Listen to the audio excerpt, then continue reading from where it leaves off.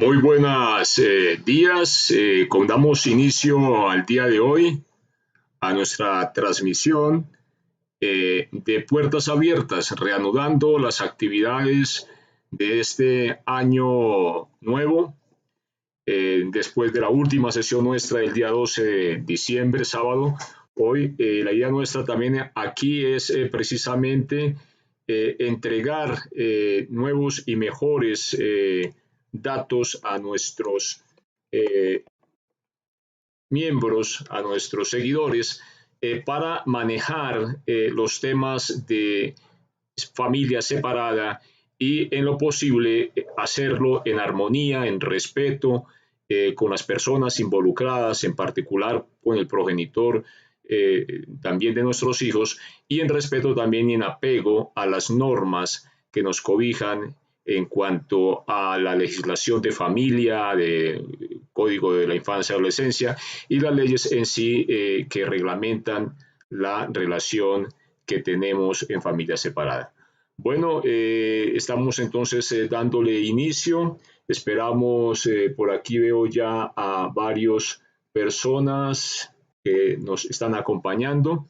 Esperamos más personas para poder hablar con tranquilidad de dos temas que son bastante, diría yo, candentes, necesarios tratar, como decimos en el argot colombiano, a calzón quitado. Y es poder sí o sí eh, decir con tranquilidad de lo que se trata la falsa denuncia en contenciosos de divorcio y también de lo que se trata la alienación parental.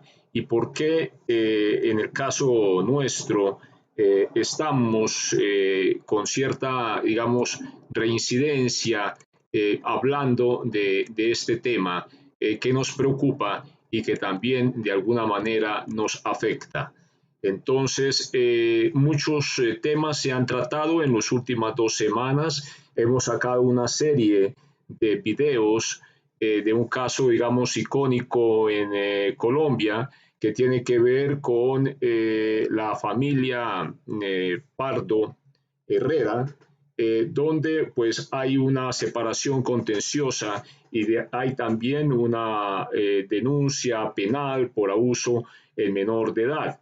Y la manera como este tema también se ha manejado a nivel de la jurisprudencia y finalmente a lo que ya se ha llegado y de alguna manera el triste resultado de ver a un padre alejado de sus hijas de su hija en particular, por un inconveniente, digamos, de familia separada.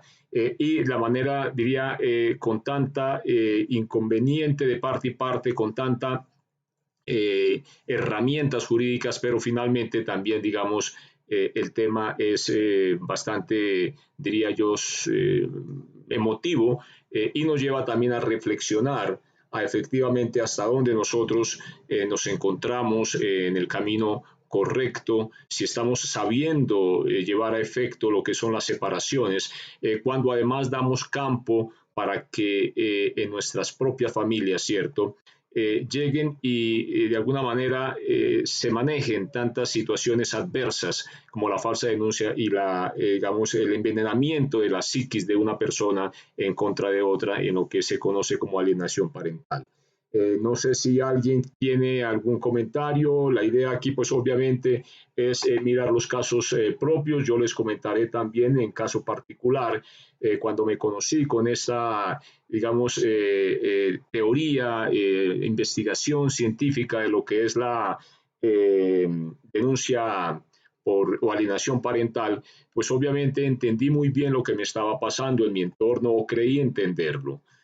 Compré el libro de Aguilar, el de síndrome de alienación parental, que era como se conocía hace unos 10 años, y comencé a notar que efectivamente se da, digamos, ese envenenamiento de una u otra manera hacia la psiquis de los menores, o eso fue lo que yo pretendí ver. Nos invitaron a una cita en la fundación, o fuimos en la Universidad Nacional sobre este tema. Y efectivamente, una de las, digamos, pilares de los negacionistas o de las negacionistas hablaba que eso no era posible. Bueno, la verdad yo decía, pues sí es posible porque a mí me está pasando, ¿sí? Y no es porque yo sea ningún ni tenga tras de sí un tema de abuso en particular, pero sí lo sentía. Entonces dije, a mí no me necesitan decirme que hay sesudas de pronto científicas en los Estados Unidos que están negando esto, porque pues hay otros sesudos científicos que sí lo han confirmado y toda una vida lo han venido trabajando, sino que además yo lo siento, es una cruz que llevo, que yo la veo todos los días, ¿sí? Entonces yo no estoy teorizando, ¿sí? Yo estoy diciendo lo que estoy sintiendo y efectivamente así es como se está dando. Esa es, digamos, la situación. Afortunadamente, en mi caso no hubo ninguna falsa denuncia, a menos de un tema tan, digamos, deslenable como es el abuso. Pero sí, tenemos que ser sinceros de que los ánimos se calientan tanto y se llegan a usar con tanta frecuencia una buena cantidad de elementos jurídicos perversos, ¿sí? Que digo, han estado siempre presentes en la jurisprudencia. La jurisprudencia siempre ha estado presente la falsa denuncia. Siempre es una herramienta que aún antes de que los, digamos, divorcios se volviesen pan de cada día, también habían ya lo que eran las falsas denuncias. Las falsas denuncias para sacar a un socio de un negocio, para quitarle de pronto una posición dominante en un mercado, para una extorsión. Entonces, había mucho de esto aún antes de que existiesen los contenciosos. Y sí, es una herramienta que algunos, diría yo, juristas o diría yo, abogados, con no muy buenas intenciones, como en todas las profesiones hay, los usan también para generar, digamos, una ventaja hacia sus clientes de una manera realmente no ética. Entonces, desde ese punto de vista, sí existen las falsas denuncias y también, digamos, son recomendadas a veces por abogados no muy correctos, ¿cierto? Para ser usadas también en su práctica y poder sacar ventaja de lo que es la posición dentro de un litigio y un litigio contencioso.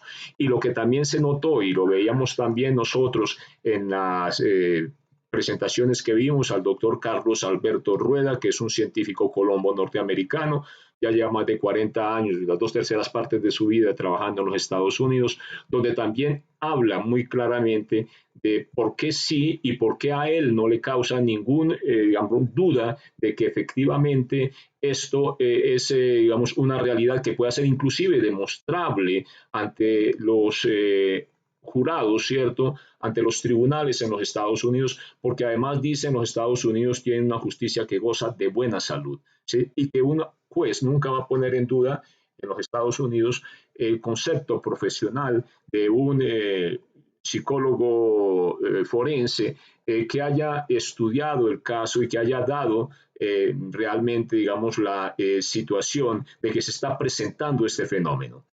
Porque pues también sabemos de que como siempre las herramientas también se aplican como para lo bueno, también se aplican para lo malo. O sea que la investigación científica a veces también pretenden algunos usarla, digamos, para de pronto temas que no son. Pero en el caso nuestro particular, que somos padres, que somos amorosos y que queremos y que debemos y que tenemos la obligación de ejercer la paternidad, las visitas a nuestros hijos o los alimentos o inclusive la custodia, pues mal haríamos, ¿cierto?, con pretender pensar de que la alienación parental y en casos también de falsas denuncias no puede ser de pronto una herramienta que hayamos nosotros que también tenido que o que nos estemos enfrentando a ella. Entonces, tenemos que ser claros y tenemos también que ser en eso bastante, porque solamente el problema que tenemos actualmente es que solamente la sospecha, con razón o sin razón, muchas veces sin razón, de la contraparte, nos envuelve en unos litigios jurídicos que aparentemente no tienen solución. Y como en este momento ni siquiera los derechos del menor, sino los derechos de la mujer, ¿sí? Son supremos por encima de los derechos de los hijos y por encima de los derechos del hombre, entonces prácticamente se nos convierte en, digamos, unos chivos expiatorios de un problema jurídico que hay que resolver.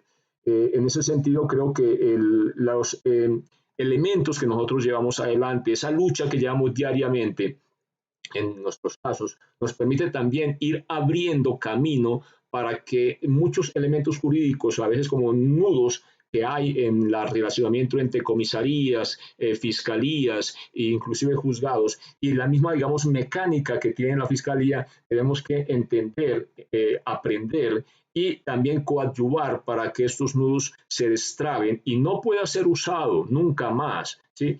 De manera perversa, ¿sí? Una aparente sospecha de un abuso o sí, como una herramienta para alejarnos de nuestros propios hijos. Yo creería que en ese sentido es sí o sí necesario, digamos, mirar esto a la cara, mirarlo con tranquilidad, pero también con dignidad, ¿cierto? Con dignidad y, en caso tal, ayudar a las autoridades a encontrar los caminos jurídicos necesarios para que se destraben estas, digamos, herramientas que a veces utilizan y que quedan en un limbo jurídico. Porque efectivamente cualquier sospecha, ¿cierto? De una vez comienza a darse, digamos, la situación de alejamiento sin ni siquiera preservar tampoco el derecho de los menores, ¿cierto? A gozar del amor de su familia paterna, de su padre y de la familia extensa paterna. Eso también es un derecho que tienen los menores. Entonces, si podemos ver, aquí tenemos nosotros esos dos elementos y muy bien lo describe en una de las últimas de las sentencias que estamos ahora viendo, del 2012. No me acuerdo en este número, el número de pronto José, que está aquí presente, me la pueda recordar, ¿sí? Donde claramente se establece que a nivel de corte constitucional se habla que el derecho al cuidado del menor, que lo ejerce, por ejemplo, en este caso, normalmente el progenitor custodio, que convencionalmente es la madre, versus el derecho al amor, que son dos derechos que están, digamos, en competencia y que hay que dirimir de alguna forma esa controversia, no el uno sobreponiéndolo sobre el otro, sino preservando para el menor esos dos derechos. Entonces, desde ese punto de vista, hay que ser muy claro y en la medida en que nosotros luchemos, los que se encuentran en este problema, luchen porque efectivamente se respete el derecho del menor al amor, porque también es un derecho constitucional, pueda entonces también seguir adelante, ¿cierto? Y poder que podamos ir abriendo los caminos necesarios para que estos problemas se vayan solucionando de la mejor manera y una manera expedita. ¿Cuál es el problema que tenemos hoy? Que una simple acusación puede durar varios años en resolverse. Y un menor de 2 años, a la vuelta de 3, 4, 5, 6 años, pues prácticamente ya pierde el relacionamiento. Y como una vez le escuchaba decir en una de nuestras grabaciones a un psicólogo de Cali, creo que de apellido Catán, si mal no estoy, decía que el amor no es natural, es humano, ¿sí? Y como humano necesita del relacionamiento. Entonces, cada día que nosotros perdemos con nuestros hijos, cada día que nosotros no nos encontramos con ellos, cada día que de alguna manera cedemos espacios, cedemos tiempos, pues ese alejamiento se va volviendo más presente. Por eso es muy importante siempre, digamos, dar la cara e ir hacia adelante, dando, digamos, las herramientas y buscando los caminos. ¿Sí? Yo sé, pues obviamente que nuestras acciones también están siendo de alguna manera monitoreadas por los órganos estatales, o sea, por la jurisprudencia, viendo cómo es que, digamos, tantos padres se están quejando, cuántos padres están viviendo, digamos, esta situación y por qué no decirlo también acá, que también le ha valido, digamos, han habido padres que debido precisamente a estas situaciones también han perdido la vida de pena moral. O sea, ha sido tanto el dolor que han tenido no poder ver a sus hijos, no poder ayudarlos cuando los están necesitando, cuando saben que son necesarios por un inconveniente con la contraparte. Entonces, el tema creo que hay que saberlo dirimir. Hay que también, creo, como siempre lo he dicho, uno tiene que dedicarle mucho tiempo a entender cuál es la psiquis de la contraparte para poder de alguna manera encontrar caminos de entendimiento. ¿Sí? Parte del trabajo que uno tiene que hacer es no imponer mi voluntad, sino en qué manera yo también entiendo la voluntad de la contraparte, no para ceder en los derechos que a mi hijo tiene razón, tiene los derechos de mis hijos o de mis hijas, ¿cierto? Sino también en qué manera yo puedo por lo menos entender cuál es la forma de actuar de la contraparte para poder Martica, ir aquí yo como necesarios. abro el chat, yo no sé. Por ahí un micrófono abierto. Bueno, ok. Listo. Entonces, desde ese punto de vista, Claudia quería hablar, Claudia Elizabeth. Bueno, el que quiera hablar, alza la manito y con mucho gusto le damos la palabra. No sé entonces, José, ¿tienes ahí el número de la sentencia de la Corte Constitucional que hemos usado en el caso de contraponer herramientas jurídicas? Si quieres, Eh, coméntanos cuál es. sí, señor, buenos días, Buenos José días. Peña. Mi nombre, esto, José Peña, pero si no estoy mal es la ley 294, el artículo 4. Bueno, Ese es la doctora sí, Edison. José, esa es la ley de violencia de intrafamiliar, el artículo 4 que tiene que ver con la violencia psicológica y la manera misma de cómo se trabaja, el 3 y el 4. No, hay una sentencia del 2012. Sí, Esa sentencia claramente contrapone, ¿cierto? O equilibra la carga entre el derecho al cuidado que se ejerce a través de la custodia, ¿cierto? Y el derecho al amor que tienen los menores que de alguna manera entiende o se mantiene su presencia en la familia separada a través del régimen de visitas, ¿sí? Porque también hay algo que vemos con mucha frecuencia y es que hay muchos conceptos en la parte jurídica que tienen homonimia con temas que puedan ser de la vida nuestra, ¿sí? Yo aquí hago una, digamos, analogía un poco chistosa y es cuando se habla de promiscuidad, ¿sí? Si yo hablo de que hay un vecino que es promiscuo, van a entender una cosa, pero si yo digo que es un juez promiscuo, se tiene que entender otra, ¿sí? Entonces, la promiscuidad o digamos el concepto de promiscuo en la parte jurídica tiene que ver que es un juez de competencias múltiples y sobre todo se da en los pueblos pequeños donde pues no hay presupuesto para tener un juez de cada especialidad, sino que sea uno que atiende las diferentes ramas.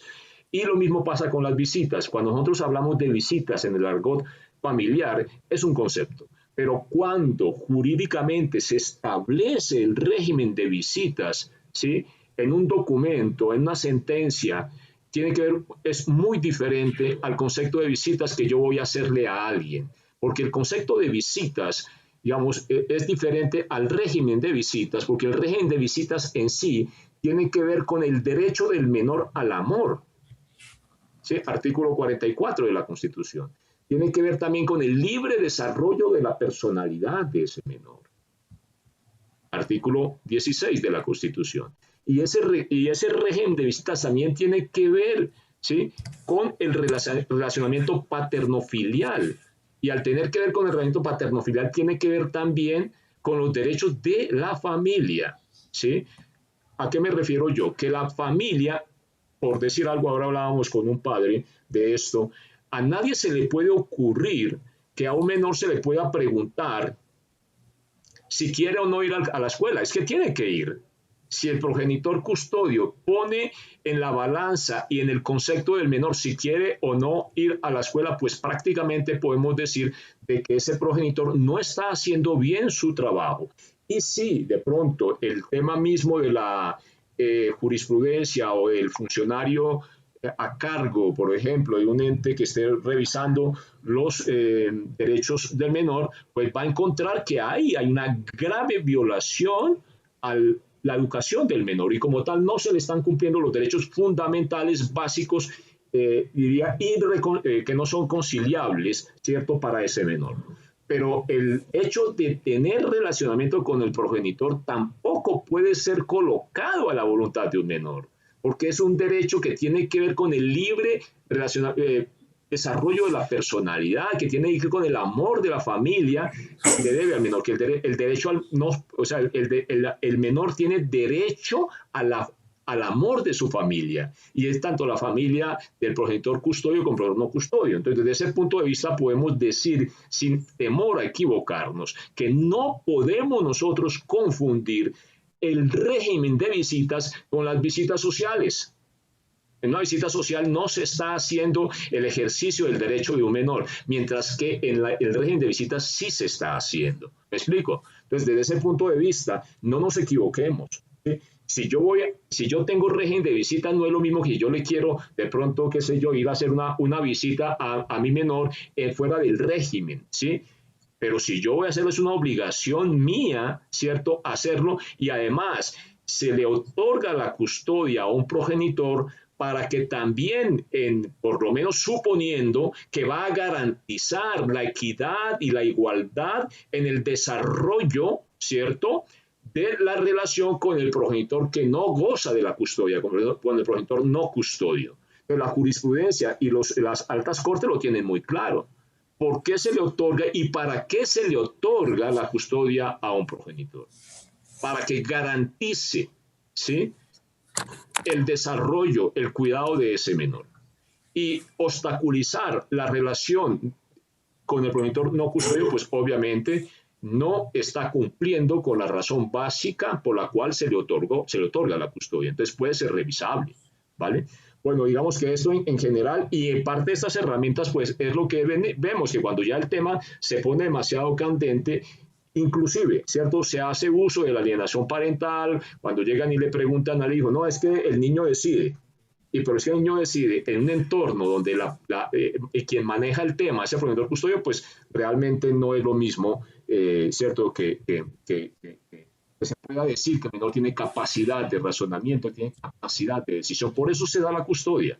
A eso nos referimos también, ¿no? Si la custodia, si todo se le fuese a preguntar al menor, pues ¿para qué se otorga la custodia? O sea, ¿para qué vamos a un juzgado? ¿Para qué vamos a una comisaría? Si el menor es el que va a decidir. Es absurdo porque el menor no decide. El menor no decide si se va a vacunar, el menor no decide si va a estudiar. Eso lo decidan los progenitores que tengan y en particular el custodio es responsable en ausencia del progenitor no custodio. Bueno, aquí había levantado la mano Germán Oñate.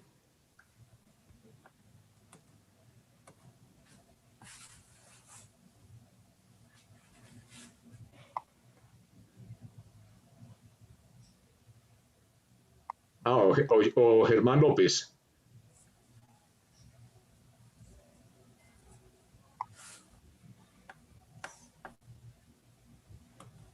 Bueno, ok. Germán.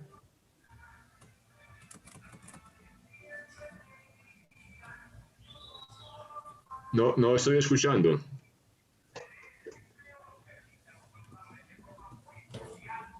El micrófono parece que no le está dando sonido.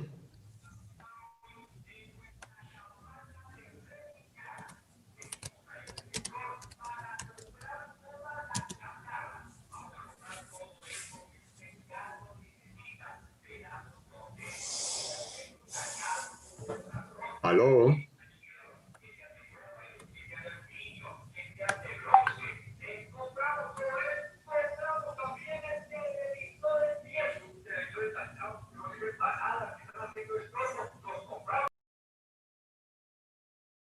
Bueno,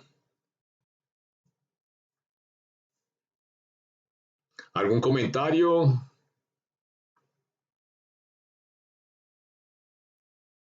Bueno, entonces en esa nos encontramos. Yo los invito entonces a que sigan revisando nuestro canal. Estamos cambiando un poco el formato de hacer prácticamente unos videos cortos de temas de actualidad. En la primera semana, pues sacamos el caso icónico de Diego Pardo, de la familia Pardo Herrera, y en la segunda semana hemos tratado también el tema de la alienación parental, ¿sí?, visto de diferentes tópicos, con participación del doctor Carlos Alberto Rueda, especialista en estos temas en los Estados Unidos y con, digamos, ponencias en diferentes países, también con el psicólogo colombiano muy reconocido, el psicólogo Roberto Sicar León, que es uno, digamos, de los referentes en este tema en Colombia. También con el abogado Isaac, que también nos dio su concepto acerca de estos temas, digamos, y de su experiencia también personal, y también de la psicóloga que dirige, digamos, la parte de psicología nuestra en la fundación, la psicóloga Juliana Vidales. Entonces, ahí tenemos todo y tenemos entonces también mucho que decir, mucho que seguir haciendo. Esperamos que estos materiales sean de mucho manejo para ustedes porque nos interesa que el conocimiento y el manejo de toda esta problemática no sea un tema de alto jerarquía, sino que se popularice y la gente entienda cuáles son las herramientas básicas jurídicas y psicológicas que puede usar en el caso en que se encuentre ante un tema de estos. No tengan entonces tampoco ningún inconveniente, nos pueden comentar cualquier cosa y con mucho gusto nosotros estaremos entonces también llevando adelante los elementos necesarios para ir ampliando nuestra base de información y poder ir también retroalimentando de acuerdo a lo que ustedes nos puedan estar entonces también solicitando. Juan Manuel había pedido la mano, había levantado la mano. Sí, señor, muy buenos días para todos y para todas. Buenos días, Juan Manuel. Sí, alrededor de este tema, pues de este tema tan complejo, ¿no? Que se ha planteado, particularmente considero que el camino es bastante largo. Tuve la experiencia en el año 2019 de ser citado, convocado ante el Instituto Colombiano de Bienestar Familiar para este tema, ¿no? Y desafortunadamente la trabajadora social que presidió la reunión manifiesta claramente que lo que usted está señalando en este momento, que si el menor no quiere salir a la visita, no quiere salir a compartir con el padre que tiene establecido un régimen de visitas, pues simplemente la manifestación fue expresa, no hay nada que hacer. Simplemente usted debe buscar el camino para ganárselo, no sé cómo, será pues a través de Meet o de Zoom, alguna cosa parecida, o el WhatsApp, que es el medio hoy en día de comunicación principal en buena medida, pero pues las instituciones van por este lado.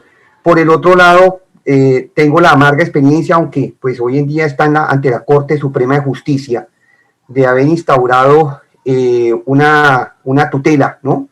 Y que durante la época del aislamiento preventivo obligatorio, en vista cuando atendía las primeras conferencias de la fundación, acudía a la tutela y desafortunadamente los jueces de la República consideran que no hay perjuicio irremediable y que para eso está la jurisdicción de familia, independientemente que hoy en día las demoras de la Administración de Justicia son mucho mayores que las que venían existiendo hasta nuestros días.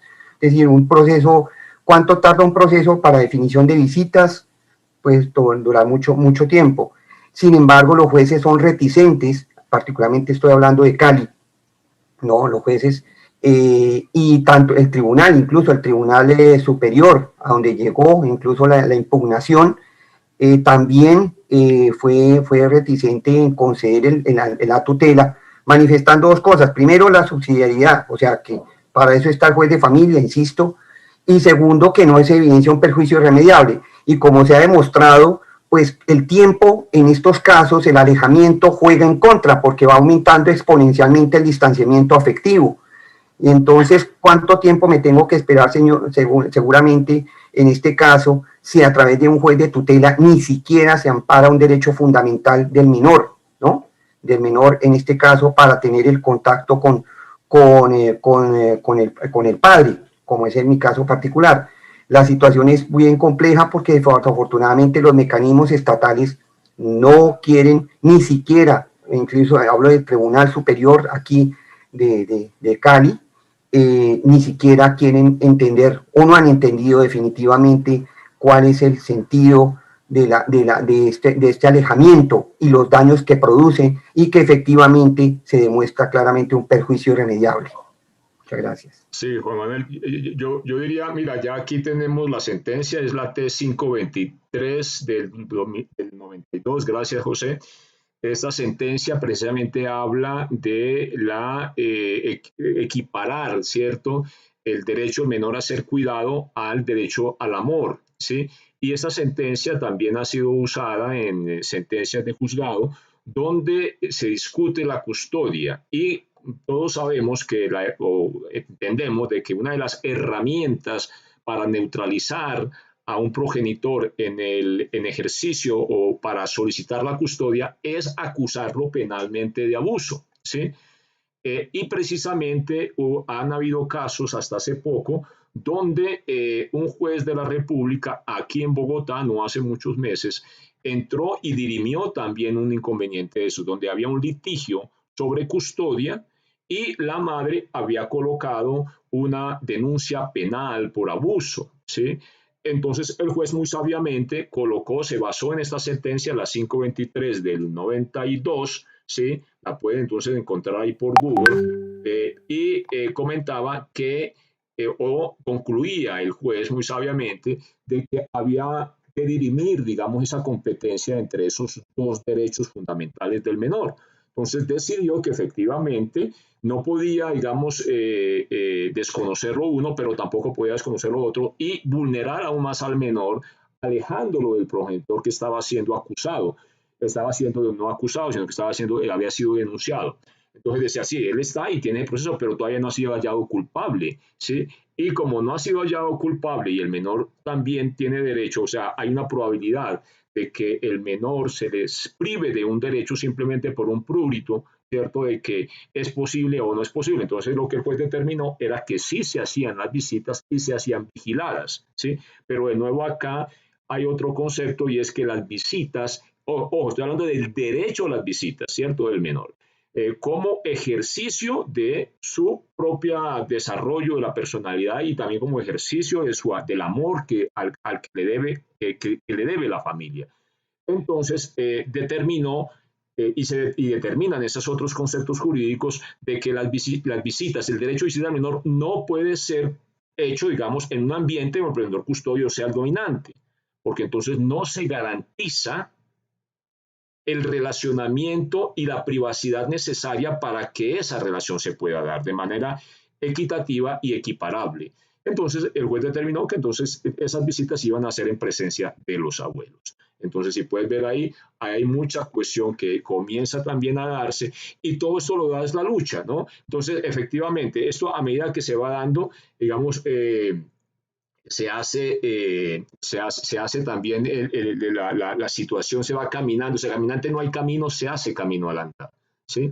Esa es la situación que tenemos que tener claro. Si nosotros de alguna u otra manera no damos la lucha, pues van a haber otros que van a tener también que pasar los mismos amarguras que nosotros hemos dado, y en la medida que sí nosotros vamos viendo, vamos dando esta lucha, vamos diciendo que las cosas no son correctas como se nos están aplicando, porque es que yo no soy esto, no soy eso. O sea, a mí no me pueden calificar como la peor escoria que hay en la sociedad, ¿sí? Ya eso ya es una discriminación, ¿sí? Es una vil discriminación que a los padres hombres se nos pretenda calificar como la escoria, digamos, que tiene la sociedad. También, digamos, la parte femenina tiene escoria y nosotros no podemos calificar a todas las madres como la escoria de las mujeres que hay en la sociedad. Y en general, ¿no? A nadie se le puede calificar por la escoria de su grupo social, de su grupo étnico, de su grupo, qué sé yo, de conceptos políticos, religiosos, porque se estaría discriminando, ¿sí? Llanamente. Eso es lo que dice. Aquí Jean López nos dice, los que no tienen claro son las comisarías donde se trata que la mamá hace falsa denuncia de maltrato hacia ella. Yo creo que hay que aprender también a controvertir, ¿sí? A contraargumentar con dignidad, con herramientas jurídicas. Yo creo que lo que nosotros tenemos que hacer como padres, que de alguna manera nos podemos sentir maltratados ante ese, diría yo, supremacismo hembrista que hay en algunas partes, ¿cierto? Yo con el debido respeto también digo, pues para mí, que me ha tocado también sufrirlo, lo que llaman ahora muy tropicalmente la perspectiva de género, para mí simplemente es una segregación sexista, ¿sí?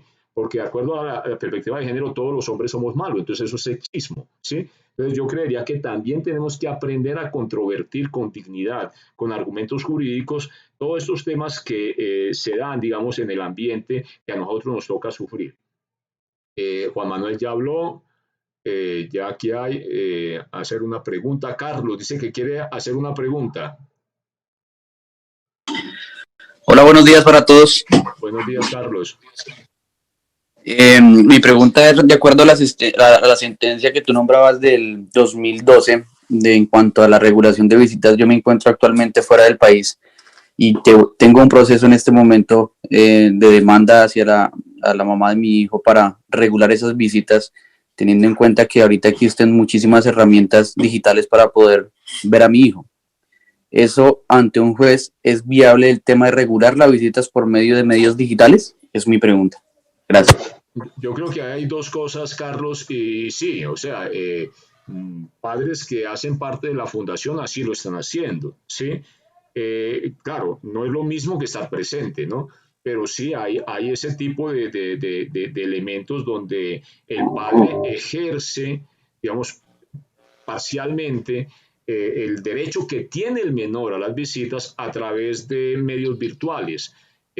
Sí se han dado y muchas veces también, hasta con el ISF, hemos trabajado casos en algún momento un padre de Inglaterra, inglés, ¿cierto? Tenía a su hijo por acá en alguna provincia en Colombia y hacía, digamos, y con el beneplácito, digamos así, de la defensora correspondiente en la zonal correspondiente del ISF, se prepararon para que hicieran ese tipo de visitas. Mas, sin embargo, siempre, digamos, está en el relacionamiento que puede haber entre padre separado y madre separada, ¿sí?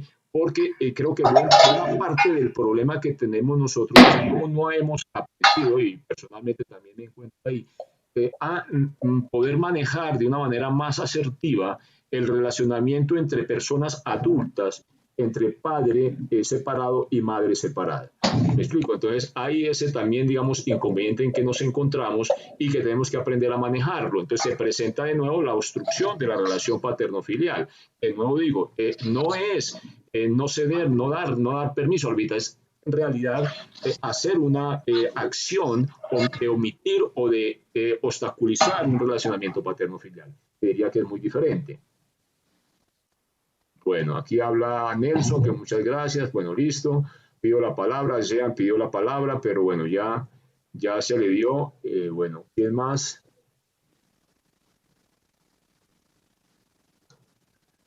¿Quién más pide la palabra? Fabio. Ya ahorita, abogado Fabio. A ver, espera un momentico, le damos la palabra aquí a Germán Oñate y después al abogado. Germán Oñate. Como que tiene problemas con el micrófono, Germán. Aló, buenos días. Hola, Germán, buen día. Buenos días para todos. Yo quería, pues, interesante la conferencia, pues, porque yo estoy viviendo un caso presente ante esa situación. Estoy buscando todas las herramientas, cómo lograr de entrar, pero la justicia me cierra todas las puertas. Como usted dijo, siempre prevalecen más los derechos de la mujer sobre los derechos de un hombre. Y como me dijo a mí el juez nuevamente hace 8 días, dijo, para mí usted puede tener 1000 pruebas físicas, para mí vale más la palabra de la mamá de la niña. Así no tenga pruebas físicas ni nada, no, que con la sola palabra de la niña y de la mamá, eso vale más para él. Es complicado porque yo ya llevo 1 año y medio sin ver a mi hija y por medio de un investigador logré verla a través de WhatsApp con la familia donde la estaban cuidando, y ya la niña no sabe quién soy yo, ya no sabe quién soy yo, ya yo para ella soy un extraño, y pues eso es muy duro porque... Claro, Germán, es lógico porque un niño tiene una memoria muy volátil, ¿no? Sí, Uno tiene que prepararse, ¿cierto? Si tiene, o sea, si dejó de ver a la niña o al hijo 1 año y el niño tiene 2, imagínese, ¿sí? Es la mitad de la vida del menor, ¿sí? Y más aún que su cerebro, su capacidad, digamos, de memoria, pues todavía no está en lo que es un adulto, hay que entender también eso. Y es un trabajo que hay que hacer, ¿sí? Yo creo que, como con frecuencia le digo a los papás, este tema de recuperar espacios perdidos, esto no es un juego de ping-pong, ¿no? Esto más se parece a un juego de estrategia, donde uno tiene que plantear, mirar, analizar, pensar, ¿cierto? Y dedicarle cierto tiempo y recursos, muy seguramente también, para ir adentrándose poco a poco e ir también, o sea, también pasa lo mismo, un juez puede decir lo que quiera, ¿cierto? Pero el que está ejerciendo los derechos es uno, y si el juez dice eso, pues obviamente también existen otras herramientas, la tutela, por ejemplo, ¿cierto? porque si está vulnerando los derechos de un menor, pues está la tutela, y la tutela, pues cada ciudadano está, digamos, es una de las cosas buenas que tiene la jurisprudencia colombiana, y es que cada ciudadano puede colocarla, ¿sí? Por sus propios medios. Y si no tiene, pues puede buscar asesoría, y puede buscar asesoría de un abogado no muy caro, como puede buscar del más caro del país, ¿no? Entonces, eso también depende de cada cual en la manera como quiera y pueda hacerlo, ¿sí me explico? Entonces, cada caso es particular, sí, cada caso es particular, y lo que pues aquí pretendemos es decirles de que si uno mismo, ¿cierto? No lucha por los derechos de sus hijos, nadie más lo va a hacer, nadie más, ¿sí? Independiente de si, y qué pasa pues también, de que todavía existe mucho costumbre social y hábito jurídico. Acuérdense que nosotros venimos de una sociedad donde la función primordial del hombre, y eso fue de esa sociedad y de ahí hasta hacia el menos infinito, ¿sí? Siempre el proveedor había sido el hombre, y siempre la persona que cuidaba a los menores había sido la mujer, siempre, ¿sí? Desde que éramos simios, ¿sí? Hasta hace pocos años, en Colombia hasta hace unos 100 años, y hemos venido cambiando eso en las últimas épocas, ¿sí? Y eso ha requerido sí o sí hacer un cambio cultural, pero ese cambio cultural no se da fácil, y ese cambio no es, digamos, automático. Yo diría que los hombres en este momento, y con la reunión de ustedes acá, la mayor cantidad de hombres, pues está claramente demostrado que nosotros sí estamos preparados para asumir nuestros papeles de cuidadores al interior del hogar, ¿sí? Pero será igual, me pregunto yo, que nuestras damas, las mujeres de las madres de nuestros hijos, están también igualmente preparadas para ceder parte del cuidado, ¿cierto?, al que antes era su pareja. Yo creo que hay un problema que no es fácil, porque además es un instinto, el instinto maternal es el instinto de cuidar, ¿sí? Y de alguna forma le decimos a la mujer, usted deje de cuidar y vaya a producir, ¿sí? Y yo creo que ahí es donde tenemos que entender a las madres de nuestros hijos que obstaculizan la relación, la manera misma de cómo manejar esas objeciones, y cómo convencer a esa, digamos, madre, ¿cierto?, de que somos tan buenos, o inclusive podemos ser mejores cuidadores que la madre, porque hay algo indiscutible: nosotros no podemos llevar al hijo en nuestro vientre, muy seguramente tampoco podemos darle pecho, pero de ahí en adelante, en teoría, deberíamos estar en capacidad de hacer todo lo demás por nuestros hijos que sí también hace la madre, pero que no lo reconozca a veces es lo difícil. Y la manera de hacer lo que le reconozca no es de alguna manera entrando en un conflicto directo, ¿cierto?, con la madre, sino planteando estrategias para ir llevando y desarrollando la situación hacia ese punto. Nosotros necesitamos que también, ¿cierto?, y rápidamente se tenga en cuenta lo que nosotros somos como cuidadores, para poder también acercarnos a nuestros hijos. Sí. Eso sería. Hay que Sí, continuar con la básicamente. batalla, hay que continuar con la batalla, y hay diferentes herramientas, ¿no?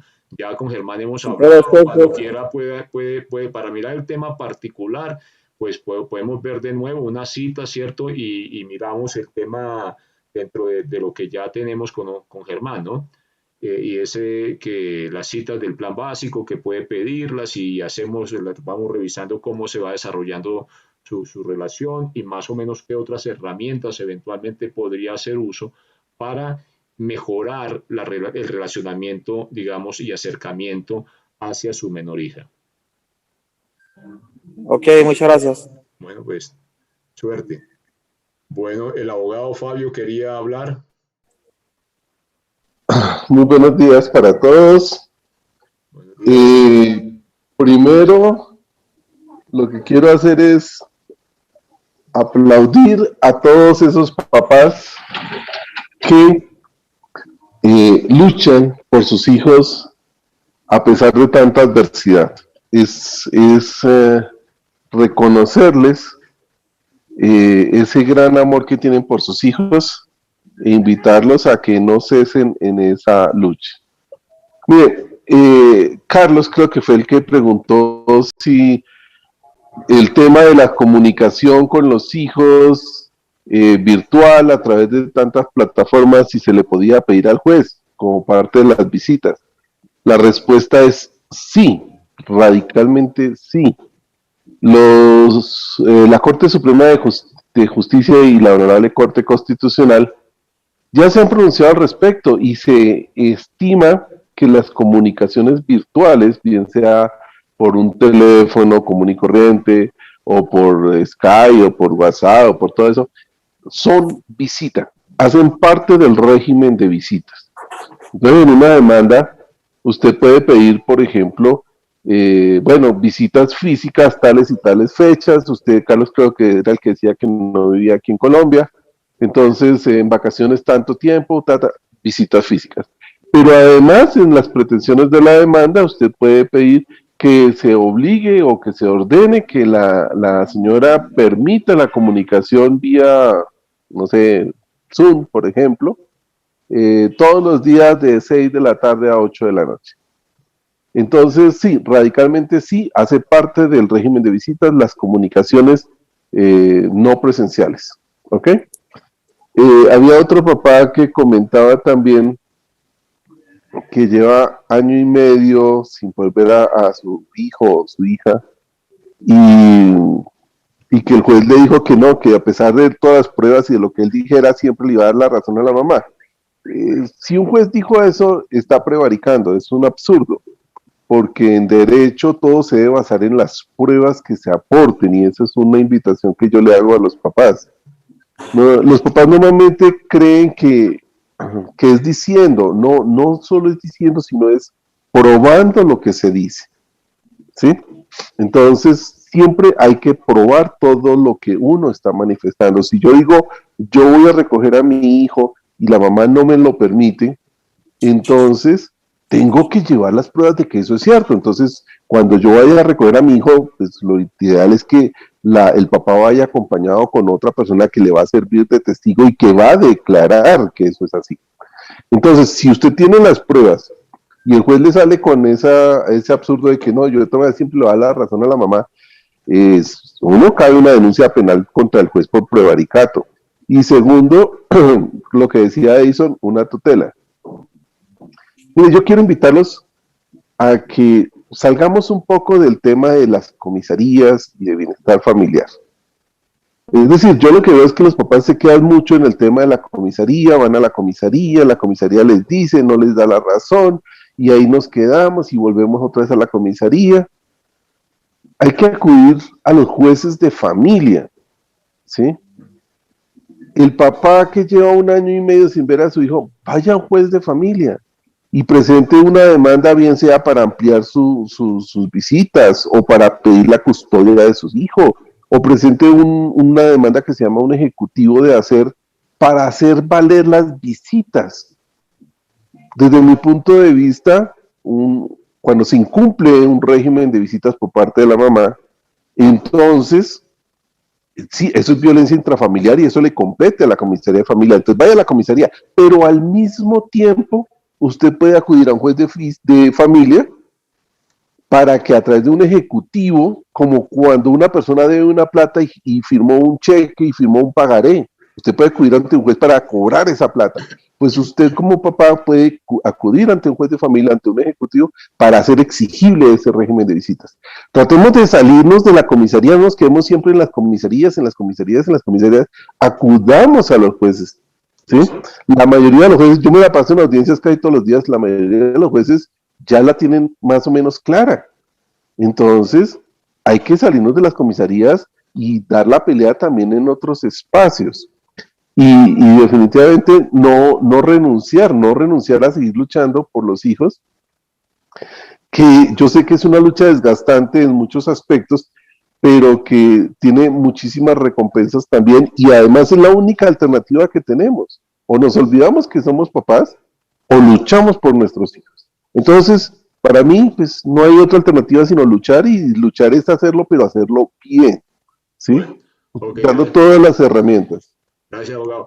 Bueno, aquí les quería comentar también, cada caso es particular. Cada madre, cada mujer es particular también, ¿sí? Digamos que viendo cada caso uno a veces dice, hombre, pero no era necesario irse por este lado, de pronto por este. Te voy a comentar, por ejemplo, el caso de un papá que precisamente por eso cambiamos los grupos de WhatsApp y dejamos solamente listas de distribución. Porque él estaba muy nervioso porque él tenía la custodia ya los niños en una Navidad para que las mamás los vieran, ¿sí? Pero estaba muy nervioso, entonces pidió que le recomendaban y le recomendaron ir con la policía, ¿sí?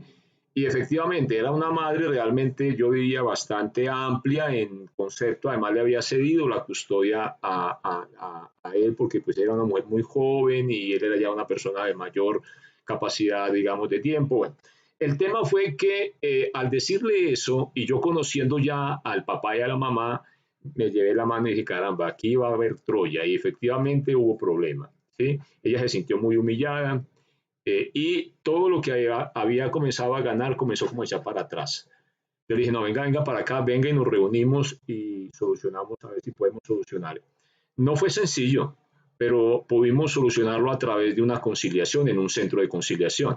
¿Me explico? Entonces también a veces hay que darle también tiempo así, pero no puede ser eterno, tiene que ser pocas semanas, ¿sí?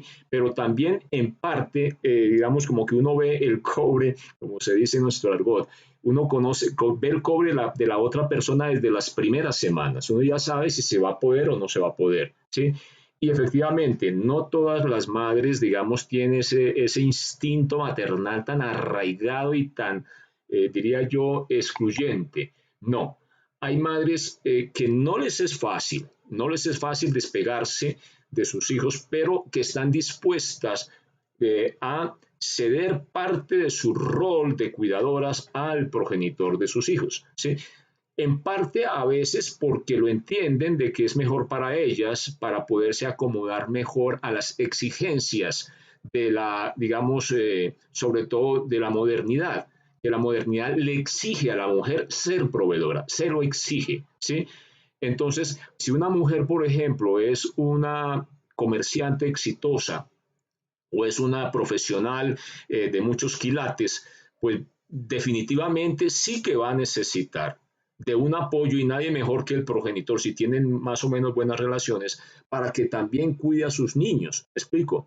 Pero aún así en esos casos, para este tipo, digamos, de mujeres que están en capacidad o que hacen el esfuerzo, porque no es sencillo, de desprenderse de sus hijos, así sean por semanas, no les es fácil, les es difícil y tienen que hacerlo no desde el instinto ni el sentimiento, sino desde prácticamente un razonamiento que lleva a ver que para ella a futuro, para sus hijos y para su expareja va a ser lo mejor.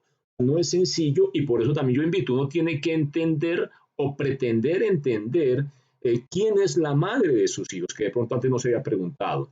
Qué de pronto profesión tiene, cuál es su visión profesional, qué es lo que quiere hacer, hacia dónde quiere, digamos, llevar su carrera, quién era inclusive su madre y su abuela, porque si es la primera generación de mujer proveedora, muy seguramente tiene un concepto acerca de cómo es la maternidad diferente, así ya es la tercera generación de mujer proveedora dentro de su familia. ¿Me explico? Entonces también hay que analizar aspectos en alguna de las cuestiones creo que el Papa Francisco en esa Amor y Laetitia decía y hablaba con mucha, digamos, bondad acerca de cómo era que se conocía o cómo se percibía un matrimonio de dos jóvenes en unas tribus africanas.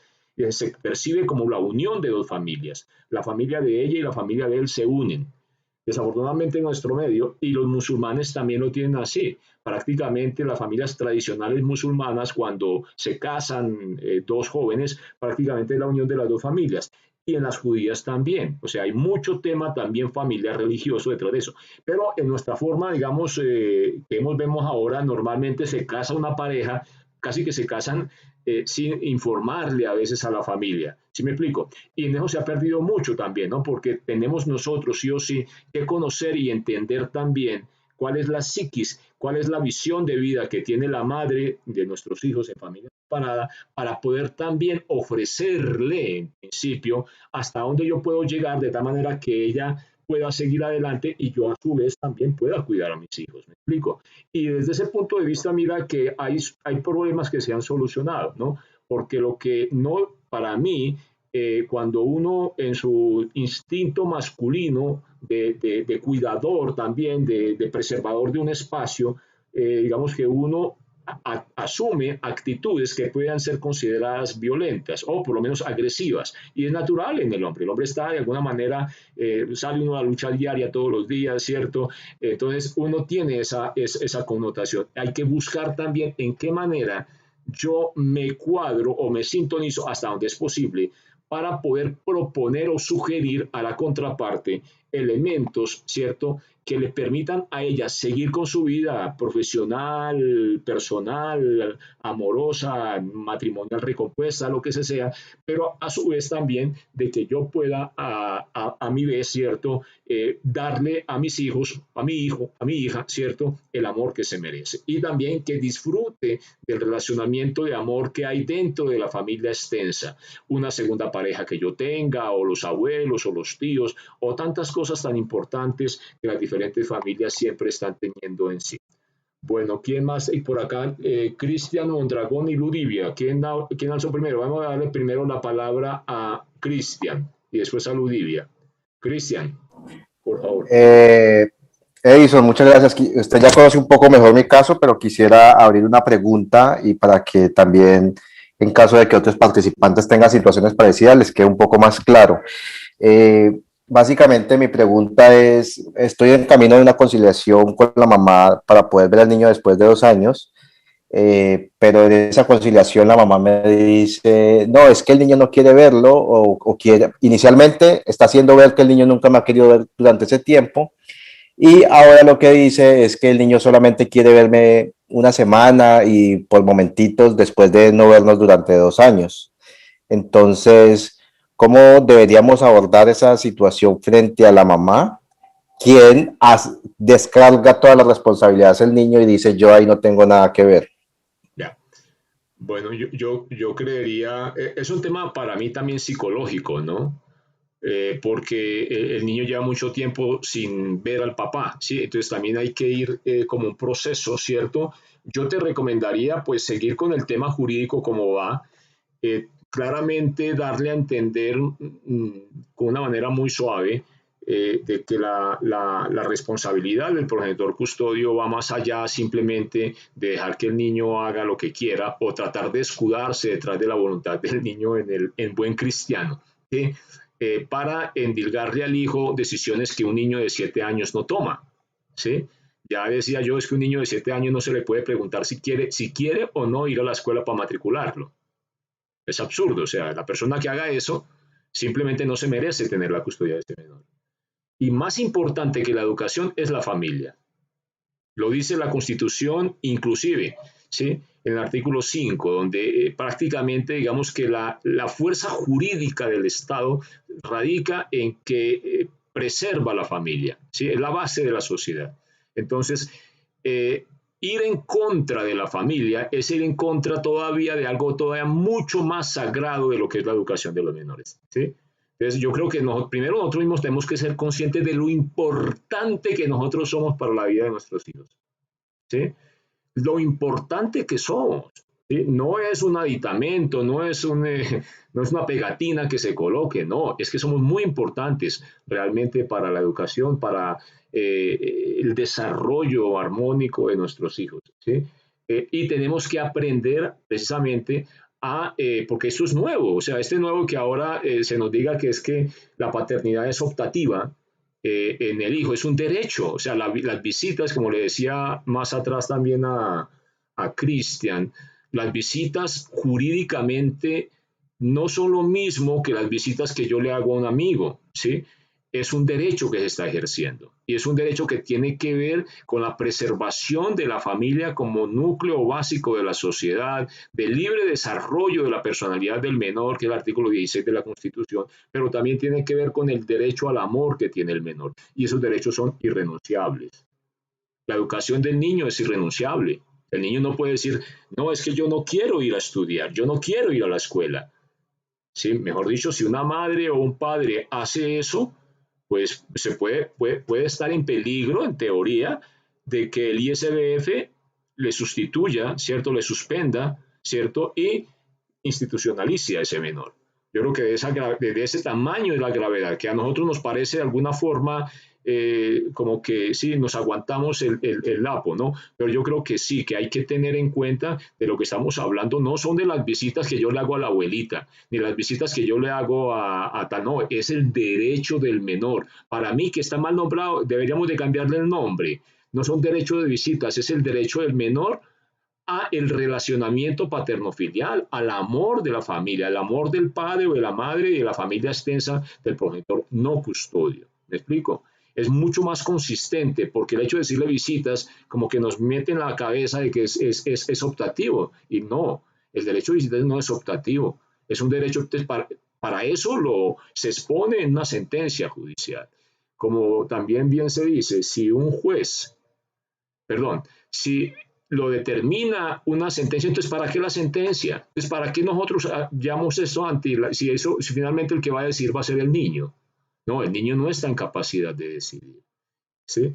Que sí hay que tener en cuenta de pronto, Cristian, el ambiente psicológico emotivo del menor, del ambiente donde está, muy seguramente con el padrastro, que de pronto que él crea de que está siendo infiel con esa persona que le ha ayudado en los últimos meses o años, ¿me explico? Yo creo que hay que tener ahí paciencia, y yo te diría que habría que ver también un acompañamiento de pronto psicológico con el menor para que puedan restituir esa relación. Hay que restituir la relación, ¿sí? Y para mí hay que hacerlo con toda la, digamos, pulcritud que hay. Y yo creo, antes que jurídico, el tema yo le metería un poquito más de psicología, ¿sí? De entender al niño, entender a la madre, ¿sí? Y tratar de tomar las medidas pertinentes, actitudinales, para decir, tú ya ganaste camino, ¿sí? Entonces ahora hay que irlo consolidando sin echar para atrás, ¿sí? Bueno, Ludivia. Buenos días. Buenos días, Ludivia. Mucho gusto de tenerte aquí entre nosotros, entre tanto ambiente masculino. Una mujer siempre es bienvenida. Gracias, gracias. Qué pena. Es la primera vez que ingreso, no tenía conocimiento del grupo ni nada, pero definitivamente gracias por estos espacios. Tengo una pregunta. Como abuelita, ¿tengo algún derecho? ¿Puedo hacer alguna petición? ¿Hay derechos sobre abuelita o no los hay? Bueno, yo, mientras alguien con mayor conocimiento jurídico le habla de derechos, mira, han habido casos donde los abuelos piden, por ejemplo, derecho a visitas, ¿sí? Que ellos también, y se los han otorgado. Y han habido casos donde lo han pedido y no se los han otorgado, ¿sí? El tema es ese. Yo diría que para mí, sí, sí. Y hay que lucharlo, o sea, hay que pedir el tema de que el niño como de nuevo digo, Ludivia, son las visitas que uno le hace a un amigo, ni que le hace al primo o le hace al tío, no, es el derecho que tiene el menor. No soy yo el que tengo ese derecho, es el menor el que lo tiene, y él necesita ese derecho, porque hace parte de su desarrollo como personita, ¿sí? El amor que una abuela le da al nieto, ¿sí? Es insustituible, ¿sí? El amor que el padre le da al nieto también, ¿sí?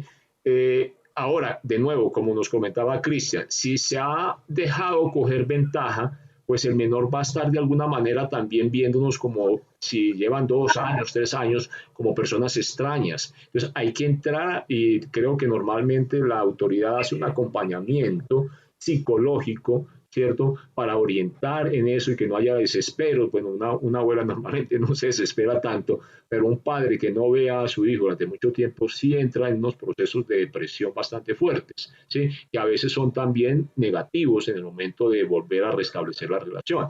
Entonces, ahí lo diría yo, sí, lo que le digo es, sí, tiene derecho. ¿Y cómo debe hacerlo? Pues debe de ir a la comisaría, comenzar por ahí a pedir una conciliación de visitas basado en el derecho del libre ejercicio de la personalidad y el derecho al amor que tiene el menor. Y además de que la abuela es familia, ¿sí?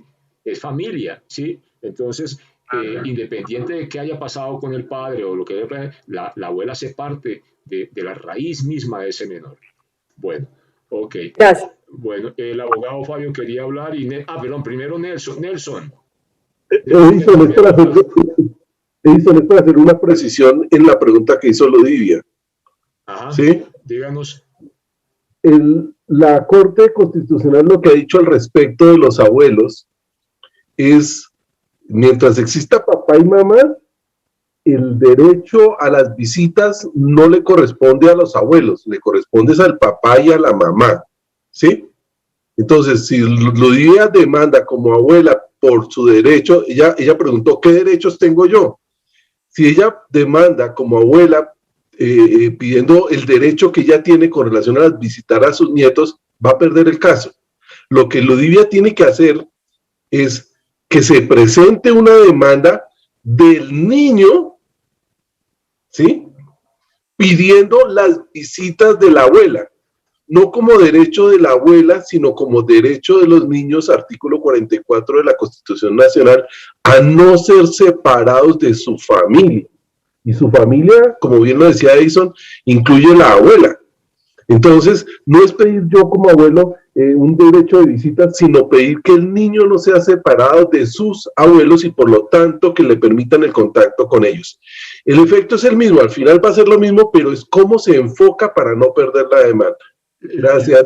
Y la otra cosa sería que a través del hijo se hiciera entonces también el tema del derecho. No sé si se puede, no sé cuál sea la relación con el hijo. Bueno. Sí, correcto. Okay. O sea, no es el representante legal del hijo, del niño, el que pide en nombre del niño que se le respete el derecho del niño a socializar con su familia, incluyendo a su abuela. Listo, ok. Por acá Nelson Aguilar, que nos quería comentar algo. Pues sí, muchas gracias por su espacio, es muy, muy valioso. Pues yo estoy ya con las ganas de tirar la toalla. Ya llevo 5 años detrás de poder ver a mi hijo. Pues mis 2 hijos son una niña de 21 años que está viviendo fuera del país estudiando y el niño tiene ya 14 años. O sea, el niño me lo separaron de mi casa, se lo llevó la mamá desde los 9 años y medio. Y ya tiene 14 años.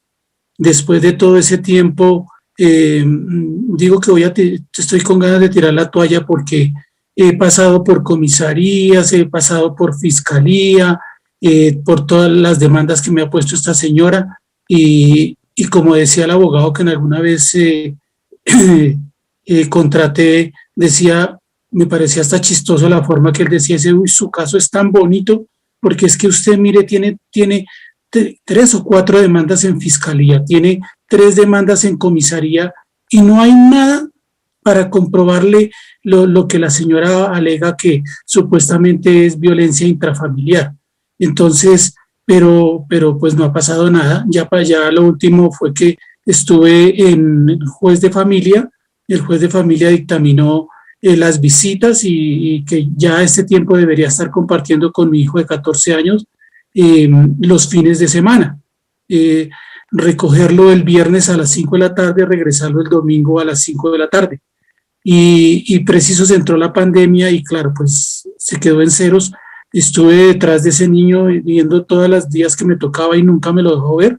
Ahí tengo todas las grabaciones en video de cuando llegaba a la recepción, de lo que me decían los porteros, que no me dejaban pasar de la recepción, etcétera. Pero como hablaba yo yo tengo creencias cristianas y hablaba con un amigo en la fe ayer precisamente y me decía, pero no, pues vamos a orar por restaurar el hogar. Yo le dije, no, pero es que restaurar el hogar ¿de qué? Primero, porque lamentablemente, primero porque ya estamos divorciados. Segundo, porque ya uno estando en la fe, pues uno ya conoce cosas espirituales y cosas que en realidad pues también hacen parte de la personalidad perversa de una persona. Y lamentablemente pues ella tiene unas cosas espirituales muy fuertes, aparte de su forma. A ver, Nelson, digamos que lo mejor es no hablar de caso, digamos, de la persona, ni describirla, ni con epítetos, ¿sí? El tema general es que ya tiene usted la sentencia, ¿cierto? Entonces, Sí, si tiene señor. la sentencia, ya depende de usted hacerla que se ejecute. Yo me acuerdo que hubo un caso acá, cuando comenzamos con el tema de la custodia compartida, que a un papá le reconocieron la custodia compartida en Cali, pero él nunca la Sí, ejecutó porque pues se dejó llevar por el respeto, digamos, irreflexible que nosotros nos han inculcado hacia la figura de la maternidad, ¿sí? Y yo creo que eso no está mal, está bien, pero también uno tiene que tener un respeto bastante fuerte por su propia persona, ¿no? Pero yo creo que aquí tiene todas las herramientas, ahí tiene, si gusta, Defensoría del Pueblo, tiene Comisaría de Familia, tiene, pero pues la lucha continúa en ese caso, ¿no? Si la madre no ha querido sí, y el tema es jurídico, usted tiene que seguir ahondando entonces en el tema, digamos, en cómo va y lo que está haciendo y seguir adelante. Tiene muchas herramientas, pero pues tiene que ponerse, digamos, en la tarea de revisar, de tener su estrategia e ir moviendo de acuerdo a lo que se vaya dando, ¿no? Y también, ¿por qué no decirlo? Tiene que entender mejor a esa psiquis de la madre del niño que no está entendiendo, ¿sí? Porque lógico no la está entendiendo, o sea, para usted y normalmente para uno es como incomprensible, ¿sí? Y no es malo, porque es que realmente sí, no entendemos muchas veces a las madres de nuestros hijos, pero algo tiene que tener ella que la mueva a ceder, digamos, su posición irreflexible, ¿sí? Entonces habrá que ver qué es lo que hay y en qué manera ha manejado la situación para poder llevar, digamos, en este momento a ese sitio donde usted se encuentra. Pero creo que no hay ninguna posición insalvable, ¿sí? Simplemente tiene que mirarlo todo como un todo, todas las demandas, todas las cuestiones que haya, ¿cierto? Ir viendo qué es lo que realmente de alguna u otra manera puede hacer por su hijo, siguiendo adelante con el camino. sí, yo estaba en contacto con la Defensoría del Pueblo y preciso el día que ya me iban, que yo me acuerdo mucho que fue un jueves, que ya me iban a nombrar un abogado de familia, preciso entró la cuarentena y la pandemia y la cosa. Entonces, pues claro, pues pasó casi que un año y Bueno, no pude pues tener contacto con ellos. listo. Bueno, ahora hay que Ahora me esperar. dicen que es a través de la página web. Bueno, ahora el tema sigue, o sea, la pandemia no ha milanado, al contrario, está más fuerte que antes, ¿sí? La situación hoy no es mejor que hace 9 meses ni que hace 3, pero ya de alguna u otra manera estamos reactivándonos de a poquitos y atendiendo a la nueva, digamos, realidad que estamos viviendo. Entonces yo pues le invito a seguir adelante, o sea, no escatime los esfuerzos que ya ha hecho y siga perseverando. Sí, señor, gracias. Bueno, pues, chao. Bueno, por aquí había alguien que decía el iPhone. Bueno, temas de incongruencia, de cómo lo hizo Diego Pardo. Pues yo creo que hay bastante información en las páginas acerca del caso. Él mismo ha dado entrevistas por diferentes partes. En la fundación también tenemos los videos. Suscríbanse al canal. Ahí aparece él la semana antepasada describiéndonos acerca de su caso. Es muy importante cómo él manejó también esa ansiedad, esas frustraciones, esa problema, digamos, de barrera psicológica, psiquiátrica, cuando la persona se encuentra en ese bache, ¿cierto? ¿Cómo él lo hizo? ¿En qué manera? ¿Sí? Él da muchos tips, inclusive cómo manejarse uno mismo para aguantar, digamos, el voltaje de lo que es una falsa denuncia como la que él tuvo, ¿no? Y cómo de alguna manera también logró poco a poco, pero de todas maneras dice, el mal ya está hecho, pero pues les invito entonces a mirar el caso de Diego Pardo con mayor frecuencia, lo pueden ver en nuestra página web, ahí pueden sacar muchas enseñanzas. Bueno, nos puede regalar de la corte referente a los medios virtuales, porfa, ¿no? Pues escríbanos, por favor, a la fundación junta@padresporsiempre.com para poder entonces incluirlos en nuestros listados de distribución, donde vamos entonces a buscar esa sentencia y se la vamos vamos a compartir parte de eso. Después del juez de familia ella no ha dejado ver a mí. Ojo con el tema de dejar ver, acuérdense, ¿sí? Que nosotros no es que no nos deje. Primero, la madre no tiene potestad ni está acreditada por la ley para obstruir la relación paterno-filial. El hecho que ella tenga la custodia es precisamente para que sea garantía de que el amor del menor hacia el progenitor no custodio permanezca. Si no lo está haciendo, está de alguna u otra manera subvirtiendo la confianza por la cual se le otorgó la custodia. ¿Sí?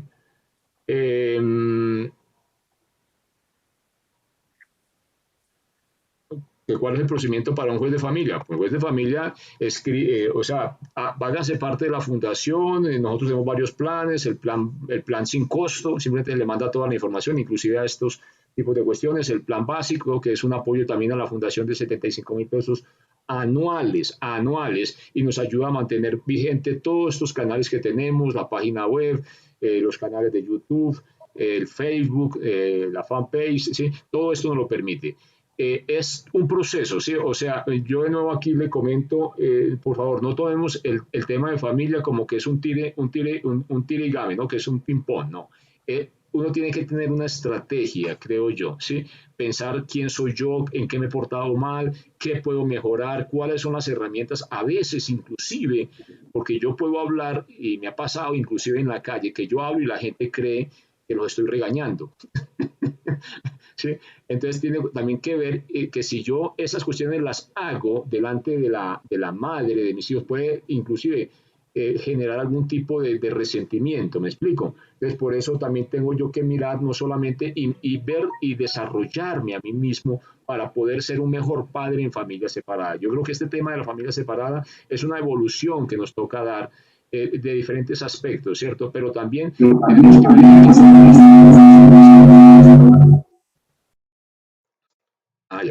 ya, gracias Nelson.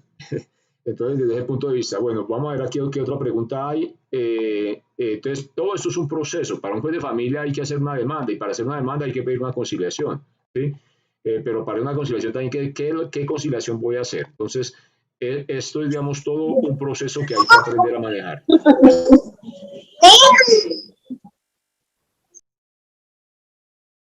Un momento, por favor. Quiero expresar mi experiencia resumida, pero no sé quién es este. Darle ánimo a Germán. Jean.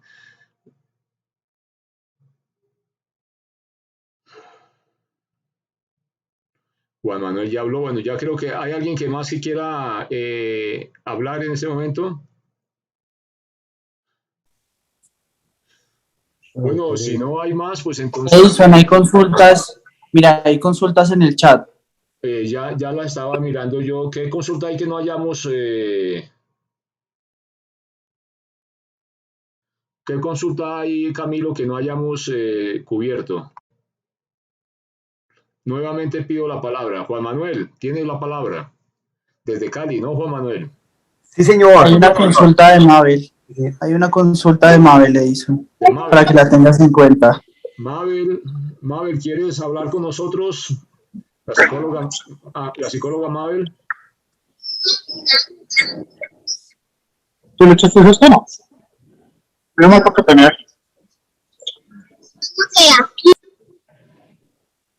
Hola, sí, muy buenos días. Buenos días a todos Mabel. y todas. Felicitarlos ante todo por estos espacios que tienen ustedes y esta experiencia que tienen todos ustedes y que pues les apoya, les ayuda a muchas personas que están en esas mismas situaciones.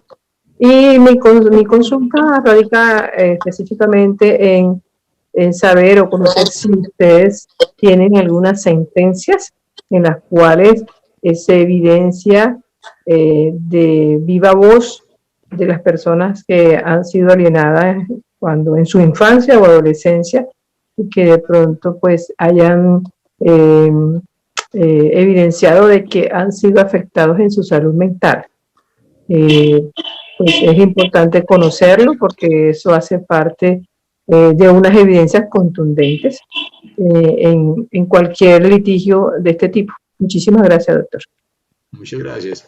Bueno, lo que nosotros hemos tratado el tema, digamos, desde el punto de vista de familia separada y lo que hemos podido de pronto ver, no hemos visto con personas porque, pues, digamos, esa no es el tema sería interesante, pero no nos han contactado. Lo que sí es que hubo un caso precisamente de un padre que después de como 20 años pudo de nuevo volverse a relacionar con sus hijas. Las hijas estaban tan convencidas que él las había maltratado, que estaban dispuestas a relacionarse con él siempre y cuando él se disculpara. Y él le parecía inaceptable, ¿sí? Porque dice, yo nunca hice nada, ¿sí?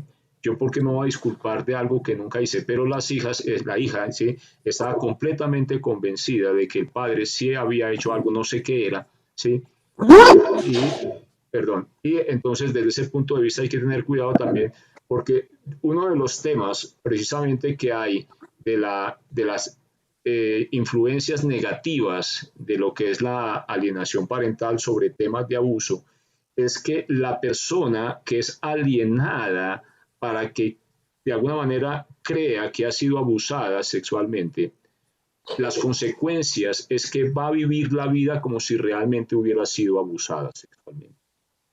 ¿Me explico? Digamos que ese es el tema. Entonces, por eso es muy importante tratar, inclusive, ¿cierto?, para que se pueda develar científicamente, que era la pregunta que yo le hacía en su momento al doctor Carlos Alberto Rueda, acerca de qué había, digamos, detrás de estos temas de la alienación parental y el abuso. Si era realmente fiable, era mi preocupación. Pero sí, científicamente hay, y los jueces en los Estados Unidos, que la justicia, me acuerdo las palabras, gozan de una muy buena salud, ¿sí? Creen en los conceptos de los científicos que manejan estos temas. ¿Sí me explico? Yo creo que es muy importante entender de que sí hay unas herramientas científicas que permiten a personas especializadas en esa rama de la ciencia, del saber, de la salud, identificar claramente si ha habido o no un proceso de alienación, ¿sí? Es lo importante para mí, ¿sí? Para también entender de que la alienación no puede ser un caballito de batalla de una escoria, ¿sí?, que realmente quiera basarse en conceptos científicos, manipularlos para de alguna manera salir avante en algo que no es para eso la ciencia. ¿Me explico? Entonces, desde ese punto de vista creo que también es importante resaltarlo, ¿no? En cuanto a lo que es, digamos, la confabulación entre los dos temas, que sería ya unos casos realmente dramáticos, donde la misma, digamos, progenitor involucrado en la alienación convence al otro en temas que nunca existieron, ¿no? Entonces, ese es el tema de lo que creo que tiene que darse, y que sí debe haber, digamos, a su debido tiempo, una intervención de psicología forense para que determine claramente qué es lo que está sucediendo y si efectivamente la persona a la cual se le indican comportamientos criminales, pues realmente los tuvo, ¿cierto? Y si no los tuvo, pues obviamente para que quede claro y a la contraparte le quede claro que el daño que le está haciendo al menor para tratar de pronto de saciar algún problema que tenga, ¿sí?, va a afectar al menor por toda la vida, ¿sí? Porque si bien se sabe que si se le convence a alguien de que tuvo una violación, ese menor va a vivir con todas las consecuencias de una violación real. Ese es, digamos, otro de los problemas que tenemos en estos casos. ¿Algún tema adicional? Sí, sí. ¿Quién? Sí, sí, doctor. Estaba empezando la intervención. Sí, Juan Manuel. Sí, señor. Pues una inquietud y un comentario. Mi inquietud es la siguiente, más adicionalmente al que quisiera se pudiera aclarar, adicionalmente al tema de las visitas, cuando se acuerda, bien sea en centro de conciliación, vía juzgado, independientemente, o comisaría, ¿cuáles son los derechos que le asiste a uno como padre no custodio, ¿no?, en el resto del tiempo? Porque queda la sensación de que uno solamente ejerce los derechos de padre como padre, o que también tiene uno, obviamente la ley le otorga a uno unos derechos, no solamente estamos hablando de un derecho del menor, sino también unos derechos que se le otorgan al padre, pero queda la sensación de que uno solamente es padre, si me permite, en muchos casos, observa uno, que es el particular también, que uno solamente es padre cuando tiene el término de las visitas, el resto del tiempo no, o sea, el resto del tiempo como que uno no existe. Eso es una inquietud, o sea, precisar cuáles son los derechos que le mantienen vigentes independientemente del tema de las visitas. Y lo otro, como detalle anecdótico, me sucedió a mí la semana pasada, justamente, porque me enteré que a mi hijo lo habían inscrito en una academia de tenis, ¿no? Lo habían inscrito en una academia de tenis cuando él tuvo previamente, hace unos 2 años, un proceso de osteocondrosis, tuvo que retirarse. Yo estaba en ese momento, digamos, conviviendo con la mamá. Y curiosamente, cuando llego a pedir, llevé la copia al registro civil, un registro civil que tenía un poco del año 2012, él tiene ya 14 años, ¿no? Y cuando voy a la academia, ¿no? A pedir por favor que se me certifique si está en un curso y que esta situación, me contestan curiosamente, aunque demuestro que soy el padre, pues con el registro civil, que no me pueden dar información porque la mamá cuando lo inscribió no me colocó como padre o colocó una rayita en la parte de padre o acudiente, y es decir, quedó mi hijo como, perdónenme usted, como familia monoparental, o sea, yo no existo, ¿no? Cuando tengo además una cuota de alimentos previamente fijada. Entonces, cuando ya vi nuevamente un correo a la academia para decirles, por favor, rectifiquen eso, me piden que envíe ya un registro civil actualizado. Entonces les digo, hombre, es que el parentesco no depende de la actualización o no de un registro civil, ¿no? Entonces me parece muy curioso que mire usted a nivel en el entorno que una persona, el padre custodio, padre o madre custodia, se apodera, por así decir, del niño, del menor, en los casos, y mire todas las consecuencias, ¿no? Sí, claro. Yo hace mucho tiempo leía acerca de lo que eran las separaciones en el Japón. Y resulta que la jurisprudencia japonesa no tiene esa, de pronto, desarrollo y esa sensibilidad que sí tiene la jurisprudencia del derecho romano, creo yo. Y es que allá solamente existe un concepto que se llame, no sé cómo se llama allá, pero prácticamente cuando hay una separación, el padre que queda con el hijo, el otro pierde cualquier otro derecho, ¿sí? Afortunadamente en el ambiente nuestro tenemos la división entre lo que es la patria potestad y lo que son los derechos del menor. La patria potestad es que yo represento a mi hijo. ¿Por qué? Porque lo dice el registro civil, ¿sí? Yo tengo la vocería de mi hijo sin pedirle permiso a nadie, ¿sí? Ante cualquier ente estatal yo puedo hablar a nombre de mi hijo porque soy el padre y lo dice el registro civil. Si soy bueno, malo, regular, extraordinario, pues yo creo que soy extraordinario, pero bueno. Y entonces puedo tomar la vocería a nombre de mi hijo porque soy su representante legal. Otra cosa, digamos, es la misma, digamos, establecimiento del concepto de lo que es la familia separada, Juan Manuel. Yo creo que a nosotros todavía no nos cala el concepto que un tipo de familia es la familia separada, ¿sí? Y que cuando a un progenitor se le entrega la custodia, generalmente la madre, no quiere decir que ese progenitor pueda de alguna u otra manera, ¿cierto?, haber tomado para sí el ejercicio de la patria potestad en el 100% y haber anulado la patria potestad de la contraparte.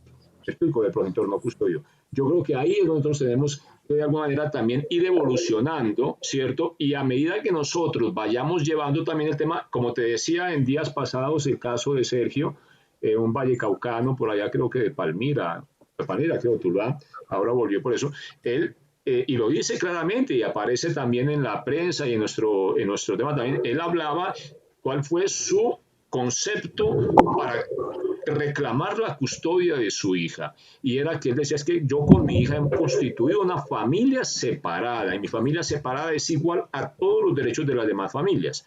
Bueno, con eso y otras cosas más que él mismo, digamos, colocó en su sentencia, en su tutela, pues entonces se dio la situación que efectivamente le reconocieron, ¿cierto? Y ahí salió precisamente la sentencia STC 5357-2017 y la correspondiente de la Corte Constitucional, la T 517, creo que es de 2017.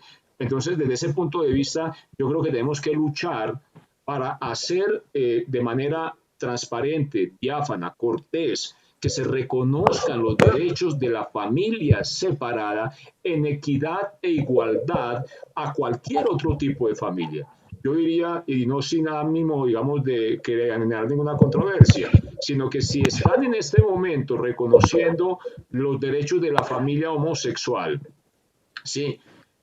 ¿Por qué no nos reconocen los derechos de la familia separada? Que todavía, creo yo, somos más, diría, importantes porque estamos de alguna manera también contribuyendo a que la sociedad se siga reproduciendo, cosa que no sucede en la otra. Entonces, desde ese punto de vista, lo que yo diría es que sí o sí tenemos nosotros que también luchar por que prevalezca el concepto de familia separada en equidad e igualdad con todo tipo de familia, ¿sí? Bueno, ¿quién más quería tomar la palabra? Maribel. Doctor Edison. ¿Quién? Mucho gusto, doctor Edison. Soy Camilo Torres. Camilo, ¿qué nos cuenta, Camilo? Muchas gracias. Pues primero quería agradecerle el espacio tan importante que usted está aquí desarrollando, porque la posición que me imagino yo que varios de los hombres que están aquí llevando en su vida es de defender los derechos de su hijo y la paternidad que ejercen sobre él. Y quería agradecerle ese espacio, comentarles sobre la situación personal mía y comentarles un poquito de la psicología que he tenido que desarrollar para llevar encima todo este caso sobre alienación parental que ha iniciado la mamá de mi hija en mi contra.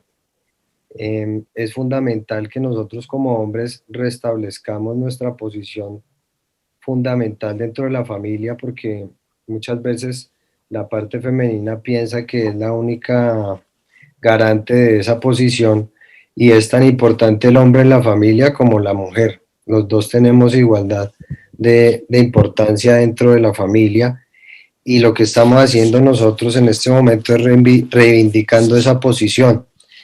En ningún momento, como usted muy bien, doctor, lo decía ahorita que lo escuché, es irse contra la mamá, porque muchas veces la mamá lo que está repitiendo es un patrón que viene bajando familiarmente dentro de la familia de ella. Lo digo porque me lo decía mi psicóloga, y lo digo porque me lo decía el papá de mi expareja, cuando me decía, mire, a mí toda la familia de ella se vino contra mí para manipularme y para asustarme, y yo salí corriendo y yo no volví a saber de mi hija hasta que ella tuvo 30 y pico de años, que volvió a hablar con el papá, porque yo le dije, es importante hablar con su papá. Entonces, esto viene no desde ahorita. Considerémonos todos como pioneros y reivindicadores del derecho paternal como parte fundamental de la familia. En mi caso particular, ya he debatido en instancias judiciales tres procesos penales en mi contra, 2 por acceso carnal en menor de 14 años y actos sexuales en menores de 14 años, todos de manera infundada, por lo tanto han sido archivados, y también un proceso por inasistencia alimentaria que también fue archivado por atipicidad de la conducta. Todos han sido archivados por atipicidad de la conducta. Cuando a uno le empiezan una serie de procesos sin ser verdad, que uno lo sabe en el fondo de su ser, tiene que tener mucha paciencia y mucha humildad para seguir luchando por sus hijos. Porque como un papá lo decía ahorita, yo ya estoy cansado, yo ya no quiero. Pero cuando uno tuvo la disposición de tener un hijo, criarlo y concebirlo, es un compromiso hasta la muerte con él. Entonces, a nosotros no nos cabe la opción de desistir. No nos cabe porque, como les cuento, estamos reivindicando un derecho masculino que había sido en años muy anteriores desconocido. Entonces, en este momento, particularmente en mi situación, doctor Edison, ya están archivados los procesos y en el último archivo de este año que me hizo la Fiscalía, compulsó copias para que iniciaran falsa denuncia en contra de la mamá en virtud de las pruebas que se pudieron aportar al proceso. Hago un paréntesis para hacerle una recomendación a los padres. Siempre que estén con sus hijos, si pueden hacer un videíto para que se note cuál es el vínculo con ellos, que ellos les digan qué sienten por ustedes de manera muy casual, nunca pueden manipular lo que ellos van a decir.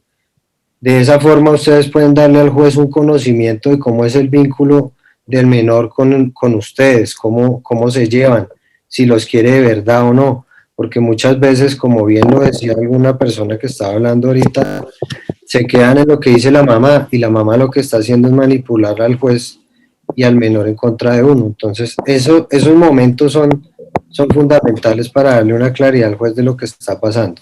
Okay. Sigo con el punto mío, doctor Edison, para no alargarme, y pues hay tanto que contar porque han sido años de batalla jurídica en esto, pero nunca ensañarse contra la madre, porque ella también tiene una familia que le ha inoculado una serie de ideas que no son, y hay mucha ignorancia en este tema, y nosotros, como les digo, somos pioneros en lo que están en cambiar la mentalidad de la sociedad.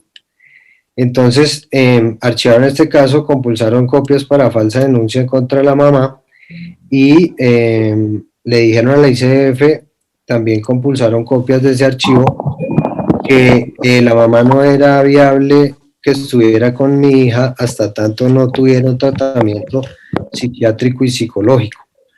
A lo que va enfocada mi pregunta, doctor Edison, porque a veces el ICBF le pasa la pelota a la comisaría de familia y la comisaría de familia se la devuelve al ICBF y lo dejan a usted pimponeado, y los derechos de su hija y suyos como padre quedan en el aire.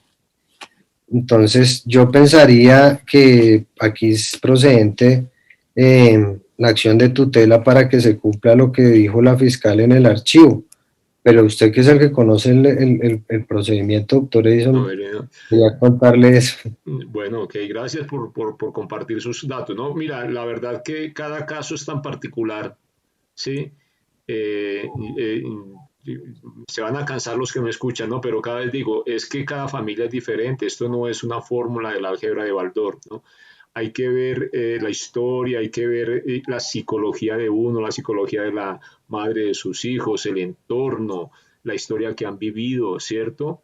Las herramientas jurídicas. Mire, cada padre es diferente y cada madre es diferente, entonces cada solución es diferente, ¿no? Además, lo peor de todo, Camilo, en la mitad, ¿quiénes están? Nuestros hijos, ¿sí? Entonces, si yo tomo medidas muy drásticas en contra de la madre de mis hijos porque se me da la oportunidad, estaría afectando a mis hijos también, ¿cierto? Entonces hay que ver por dónde corto, eso es un tema de compromiso, ¿cierto?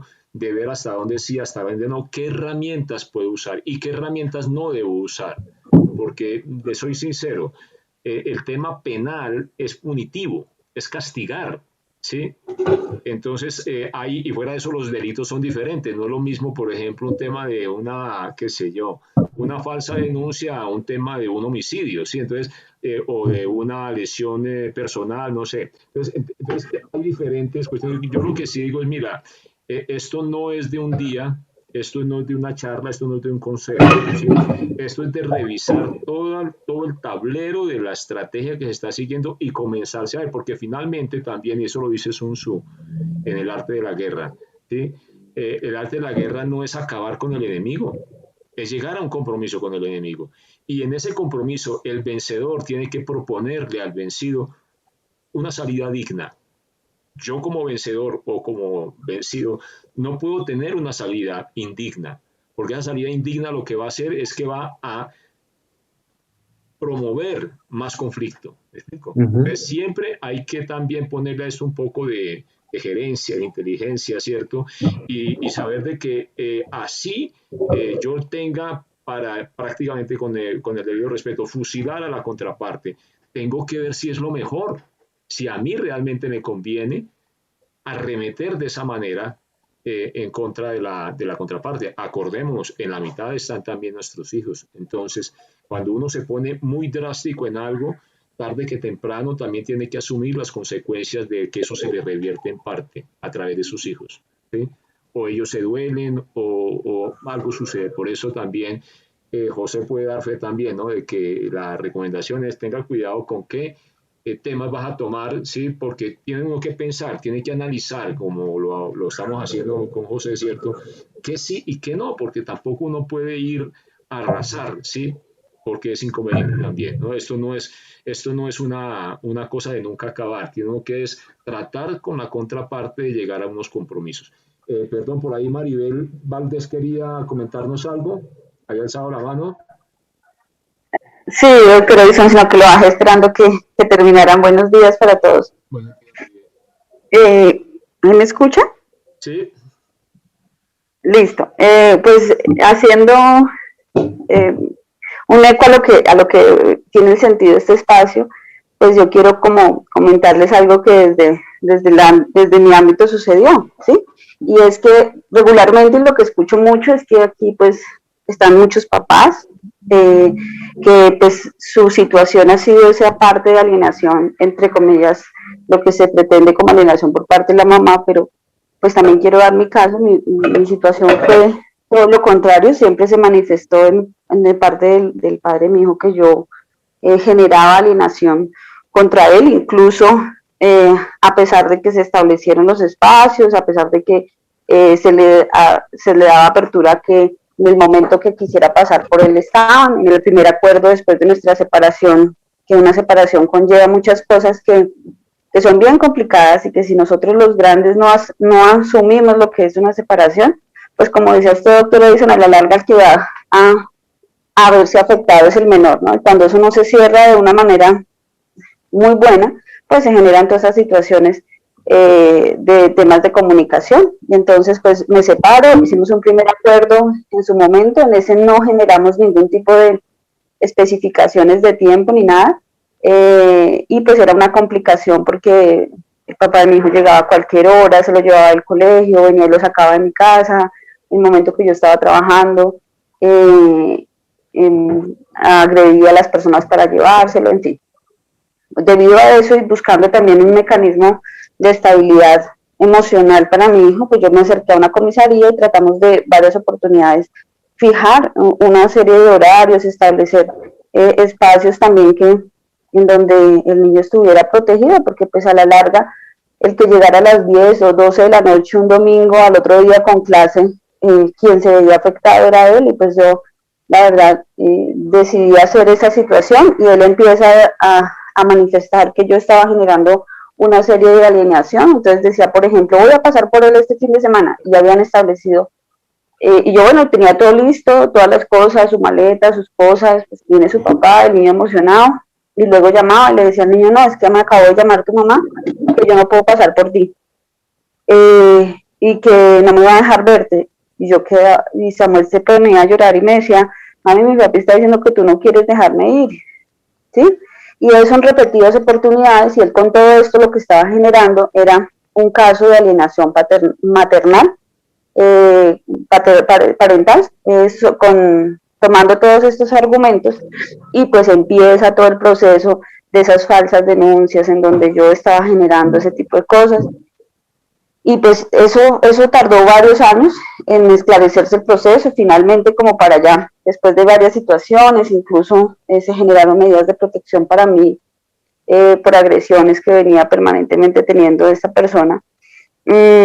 Presenta varias denuncias fuera de la ciudad en diferentes puntos, porque aquí en Bogotá ya no le recibían, sin yo participar en una demanda, salgo yo como agresora de él, y generan una medida de protección en favor de él, en contra mía, sin ningún momento haber yo asistido.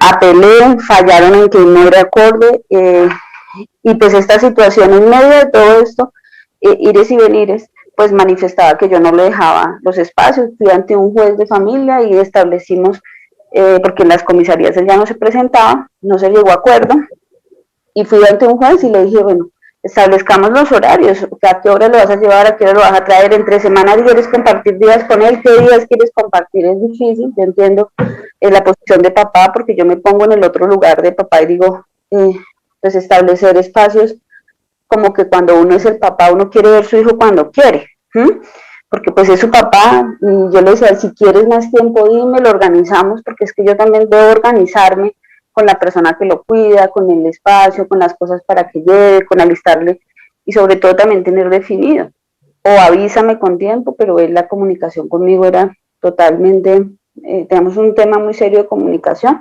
entonces no había comunicación de nada. Yo no tengo en este momento comunicación con él me tiene bloqueada de todos los medios, y ahora el canal de comunicación es por medio del niño, que a veces, incluso en su momento, a través lo planteé al bienestar familiar, porque pues estaba estableciendo comunicaciones con el niño a través de WhatsApp, en donde le decía, es que su mamá no me dejó verlo, es que su familia no sé qué, es que, y entonces ya, pues mi hijo conoce su familia, sabe cómo es el tema ya cada vez va creciendo y entiende que eso que le digan no es que su mamá no lo dejó ir cuando yo estoy todo el día con mi mamá y no hay comunicación de ese orden, pues ya el niño empezaba a generar también un tema hacia su papá, y para mí eso era una preocupación, porque como le digo yo a mi hijo, él es su papá y lo tiene, pues el respeto debe ser permanente, y he obrado porque ese respeto hacia su papá y los espacios sean dentro de la medida que él quiera, ¿no?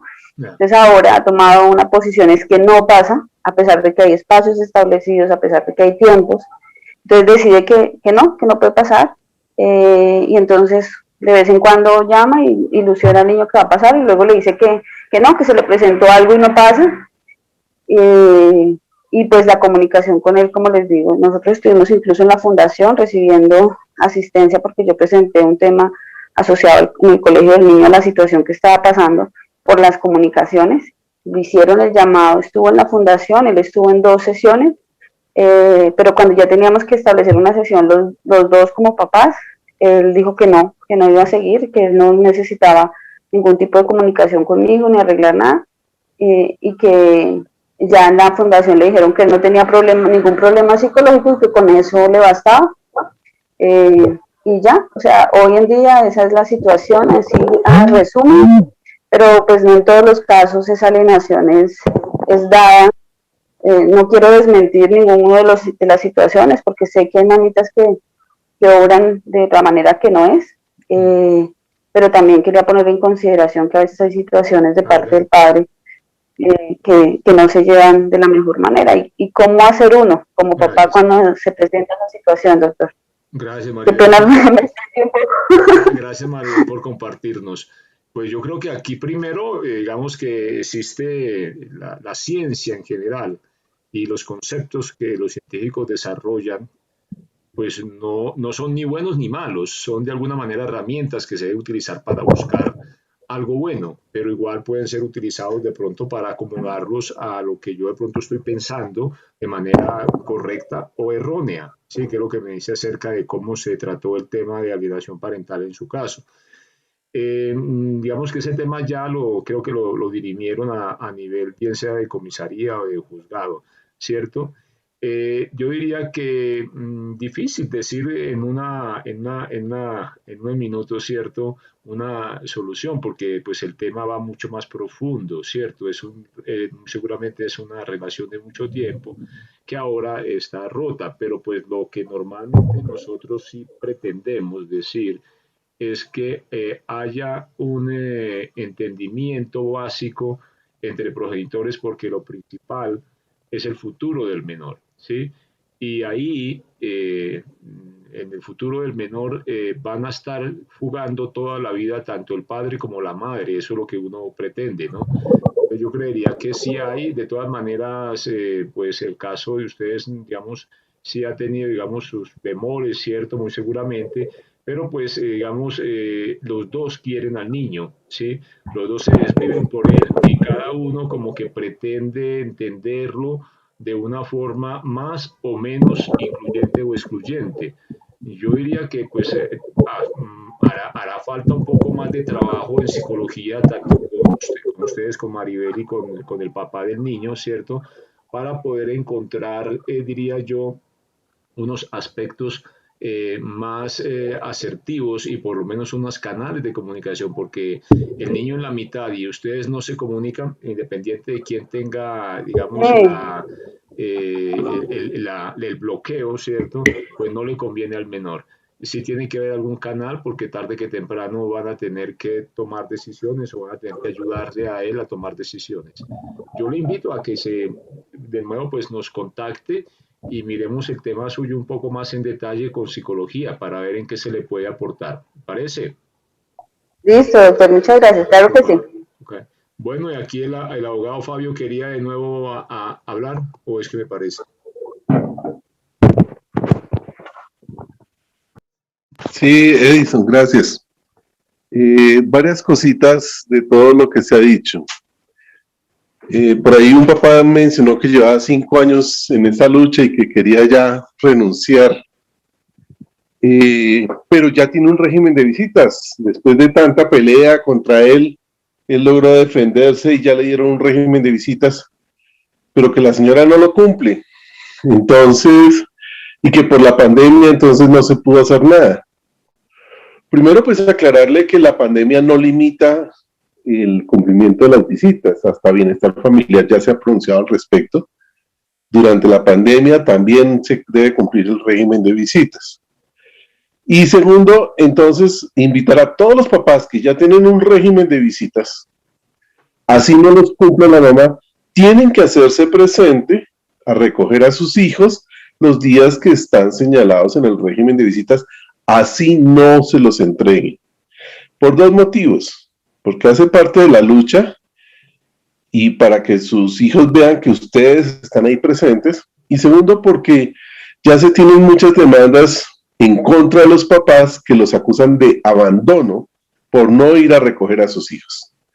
Entonces tienen que ir y presenten, yo insisto, presenten la demanda ejecutivo de hacer, que no es tan complicada, es ante un juez de familia, no es ante comisaría, y el juez normalmente siempre va a obligar a que se cumpla el régimen de visitas.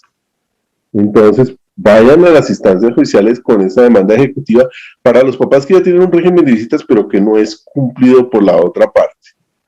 Eso, punto 1. Con el tema de alienación parental, que la doctora hizo algunas apreciaciones,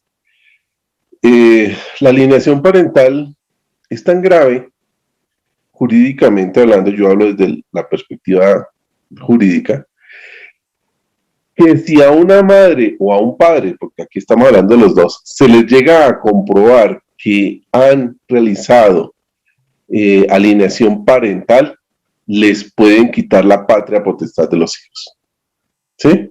Entonces, que la mamá está haciendo esto, que el papá está haciendo lo otro. Entonces, dentro de las demandas que ustedes presenten, una demanda de visitas o de custodia o una demanda de privación de la patria potestad, ustedes pueden pedir que sus hijos sean valorados por medicina legal desde el punto de vista de psicología o psiquiatría, o por una entidad como por ejemplo el Colegio Colombiano de Psicólogos o la Universidad Nacional, o bueno, etcétera, etcétera, que sean valorados sus hijos para determinar si hay alienación parental.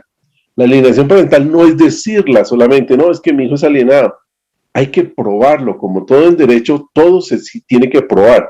Y las entidades propias para hacer esa demostración son entidades que sean serias, reconocidas, como medicina legal, como el Colegio de Psicólogos, como las universidades, etcétera. Soliciten en las demandas que sus hijos sean valorados, porque si no le entregan los hijos, pues ¿cómo van a hacer una valoración o un seguimiento psicológico? Imposible, porque ustedes no tienen a los hijos.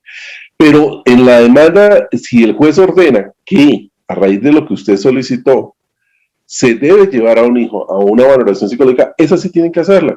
Y si de ahí se desprende que hay manipulación al hijo o hay alienación parental, eso se considera un grave maltrato psicológico al hijo, y el papá o la mamá que hagan esa alineación parental pueden perder la patria potestad. Entonces, yo lo que veo es que sí hay recursos, sí hay herramientas, pero a veces no las estamos utilizando como debería ser. Gracias. Gracias, abogado. Bueno, también veo el tema, por ejemplo, el relacionamiento con las comisarías y las defensorías de familia.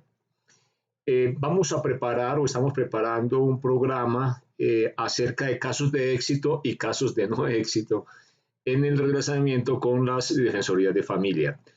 Porque a veces no es que de pronto no entendemos convenientemente cuál es la función y en qué manera ha ido evolucionando también las defensorías de familia y cómo se han ido acomodando entre las funciones entre comisarías y defensorías para que no hayan lugares, digamos, comunes o que pueda haber un conflicto de competencias. Entonces sí vemos de que ha habido una evolución.